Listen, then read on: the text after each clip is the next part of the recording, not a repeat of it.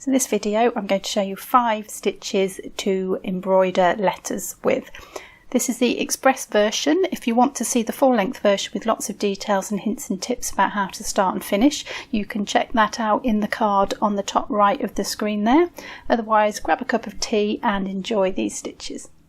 So this is stem stitch, so I'm just going to start with my waist knot out of the way and then 2 small stitches close together just to secure the end of the thread to stop that coming undone.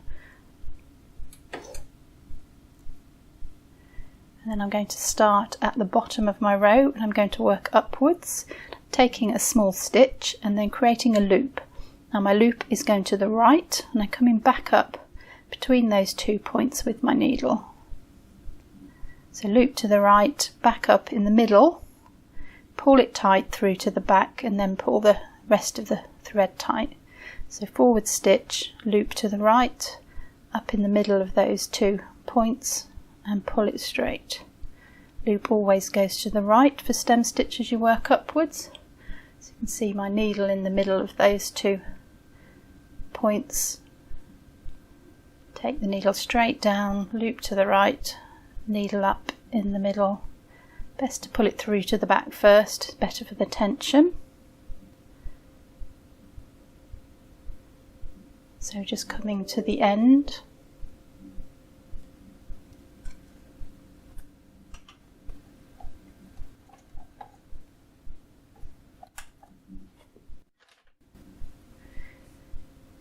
Just a couple of last stitches there, and then to finish off just one slightly shorter, and then you can weave your thread through on the back just to finish the end of the thread off, and then I can just cut my waist knot off. So this is woven back stitch. I've started in the same way with my waist knot. I've started 2 threads off, so the one for the back stitch now and the other one that I'm going to actually do the weaving with. So this is a little forward stitch and then you come back on yourself into the end of the previous stitch, hence it's called a back stitch. So forward, little stitch back, and that shares the whole as close as you can of the previous stitch. Try and keep these the same length if possible.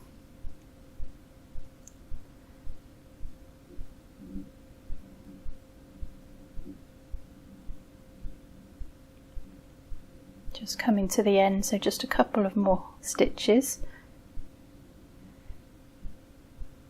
For my back stitch, and again through to the back, and you can just weave that underneath to finish off that thread. And then I'm going to weave with a second colour here. It looks nice in 2 different colours, this stitch. So I've just come up at the bottom where I started my back stitch, and as you can see I'm just going from right to left and then left to right through each subsequent stitch, so it just goes under 1 stitch each time. And don't pull this too tight. This stitch looks lovely because you've just got those beautiful wave effects of the weaving stitch, so don't pull it too tight. If you need to adjust the tension you can just do that as you go, like I'm doing here. A bit too tight and those will disappear, so nice and gentle with this one under the last one, and then just through to the back right at the end of your back stitch. There's the same hole to finish those threads together. So this is couching, so we're going to lay 1 thread along my line. This is the red thread, and I'm going to stitch over it with a different colour. You can do the same colour if you like, or you can do a contrasting colour like I'm doing here. This is in a purple, so as you can see I'm just coming up to the right of my line, moving that thread out of the way just so I can see down on the left side, and pulling it tight. Try and keep your stitches so they go straight across your thread that you've laid down so that they're perpendicular to it. Try and space these nice and evenly as well, because they do show up, obviously they're meant to, so try and get them as evenly spaced as you can.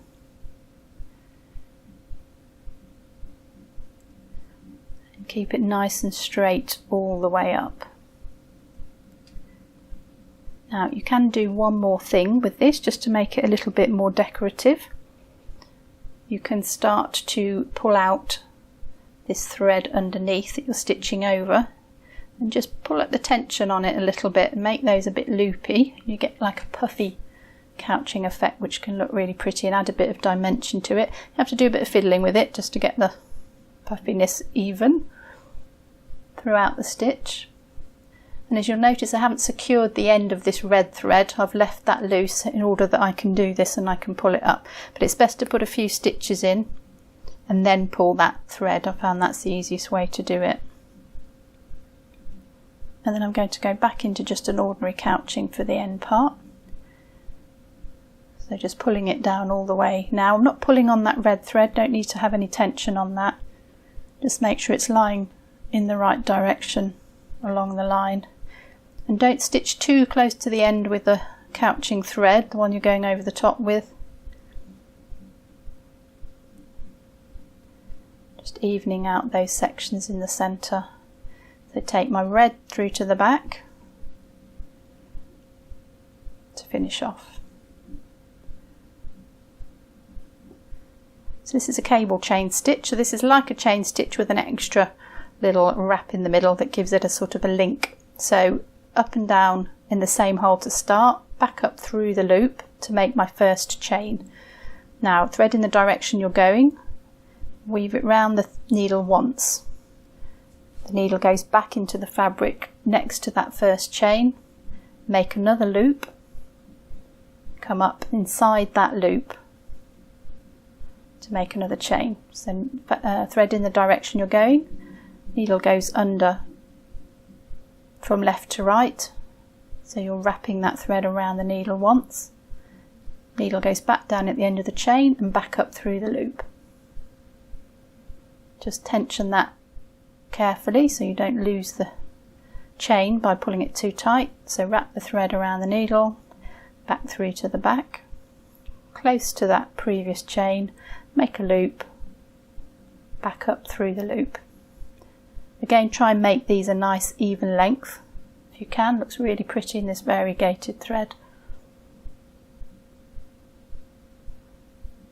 Keep the tension on that thread in the direction you're going while you make your wraps. And then we'll do one more, show you how to finish this off. So the thread goes around the needle into the fabric. This will be the last chain. Up inside the chain, then we just need to secure that with a stitch over the end of the chain.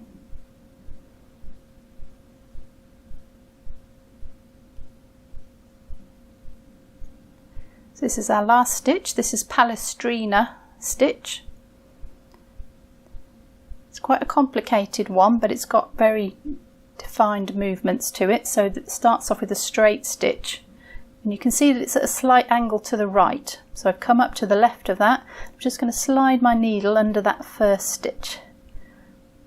Now my needle comes between those 2 points and inside the loop. I'll do this a few times so you can see. So down to the right of the line, so you make a straight stitch but at a slight angle. Up to the left on the other side of the line. Thread in the direction you're stitching, needle goes underneath that stitch and then back between those 2 points from the left to right. Make sure you pull it inside that loop, that bit's quite important. So down to the right, pull it all the way through. Up to the left, pull it all the way through. Thread in the direction you're going, needle goes underneath. And then underneath again between the 2 points, and you can see the loop there, so I'm coming inside that loop. Make sure you do that so it won't work, to finish your knot. Right, left, underneath the stitch, tension down to the left there, up in between those 2 points and inside that loop.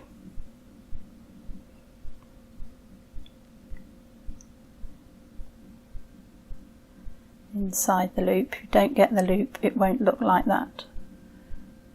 So a couple more. There's my slightly diagonal stitch, bit of a space up on the left so that you can bring the needle out between those 2 points. like so. Make my loop, pull it inside the loop. A bit more complicated this one, but worth spending a bit of time practicing it because it's a very pretty stitch. And you can choose how far apart you put these knots as well, just by making this stitch here longer and shorter. So this is the last one. So I hope you've enjoyed these. Don't forget the longer version that we have with lots of explanations. We've got loads of other videos as well for you to have a look at. Check those out on the left hand side, and don't forget to give us a thumbs up if you've enjoyed this, and thanks for watching.